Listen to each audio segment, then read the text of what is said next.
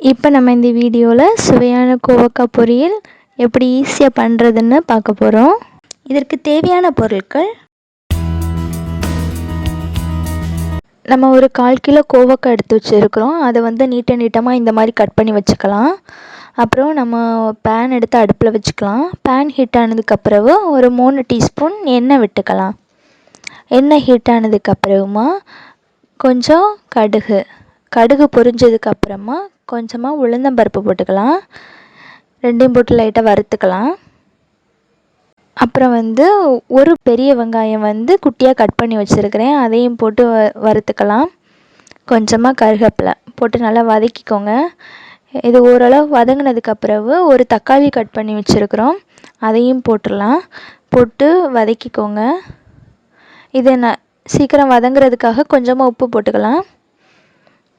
போட்டு நல்லா வதக்கிக்கோங்க.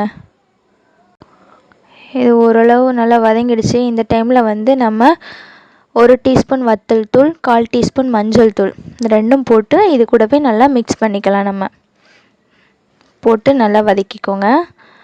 அப்புறம் நம்ம கட் பண்ணி வச்சுருக்கிற கோவக்காய் எல்லாத்தையும் இதில் போட்டுடலாம். போட்டு எல்லா இடமும் நல்லா அந்த மசாலா படுற மாதிரி கிண்டி விட்டுக்கோங்க.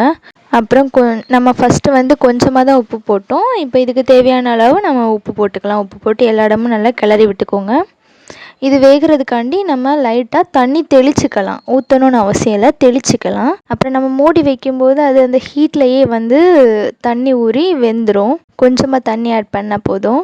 அப்பப்போ எடுத்து கிளறி விட்டுக்கோங்க, அடி பிடிச்சிடக்கூடாது. மீடியம் ஃப்ளேமில் தான் போட்டிருக்கணும், சிம்மில் போட்டு வேக எடுங்க. இப்போ நமக்கு எல்லாமே கோவக்காய்லாம் வெந்துடுச்சுது.